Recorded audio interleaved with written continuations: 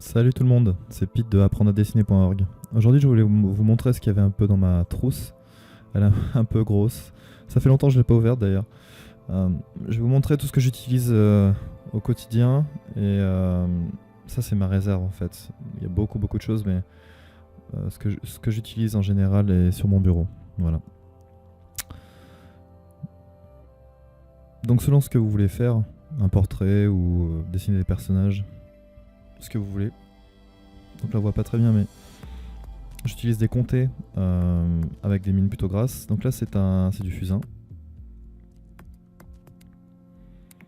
Et ce qui est bien avec le fusain, c'est que c'est noir, et quand vous scannez ou quand vous prenez une photo, ça rend impeccable. Voilà, vous pouvez tout faire avec ça. Et vous pouvez surtout estomper. En général j'estompe au doigt, et vous voyez l'effet que ça peut produire en un coup.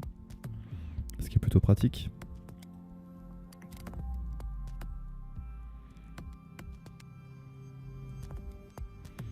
Donc j'utilise parfois des sanguines ou des sépias, ça dépend. Et vous pouvez en avoir de toutes sortes. Là je crois que c'est un Faber-Castell celui-là. Et il est relativement gras. Vous pouvez l'estomper. Plus c'est gras, plus vous pouvez estomper. Ce qui est plutôt pratique. Pour rendre les volumes. Donc là un sépia. Non, ça c'est un comté pardon, c'est pas un Faber-Castell. Comté.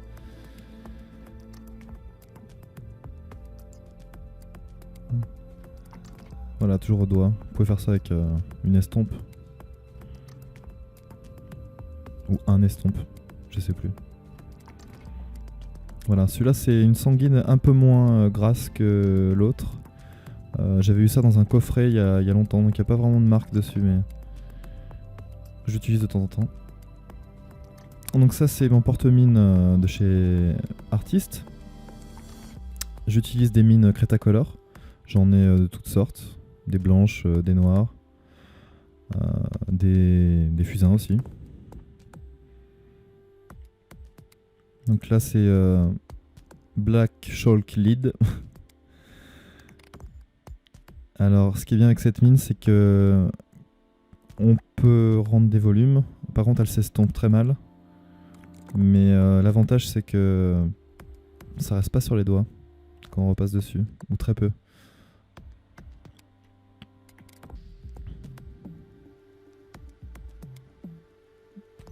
Donc là je voulais vous montrer un croquis, mais en fait c'était pas le bon carnet de croquis. Je sais plus où. J'ai fait il y a 2 semaines des croquis avec cette mine là, donc je voulais vous les montrer, mais je crois qu'elles sont sur mon blog ou sur le blog de Roy Palace.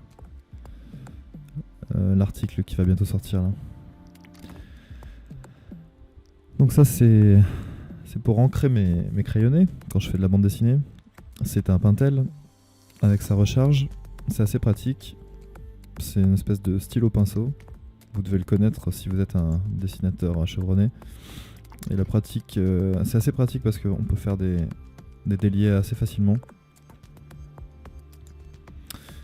Et plus on le tient droit, j'ai remarqué, et plus on fait des déliés faciles. Par contre, avec cette position, ça fait un peu Japon du Moyen-Âge. Mais vous pouvez essayer tout ce que vous voulez. Donc là je suis en train de voir un peu tout ce que j'ai sur mon bureau et beaucoup de choses. Ça c'est toutes mes mines de plomb et...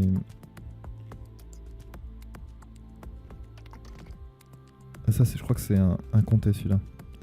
Voilà, toutes les mines de plomb, tous les graphites que j'ai. Les mines graphites.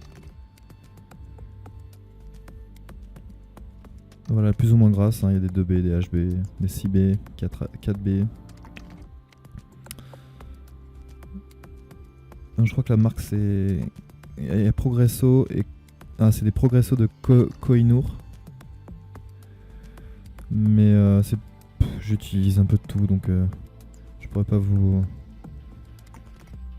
conseiller une marque plutôt qu'une autre. Voilà. Selon donc ce que vous avez utilisé, je sais que le HB s'estompe très difficilement.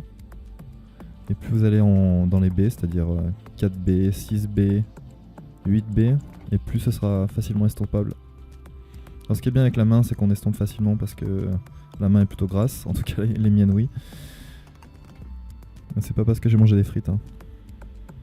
Là c'est un crayon bleu que j'utilise pour des croquis et pour l'ancrage.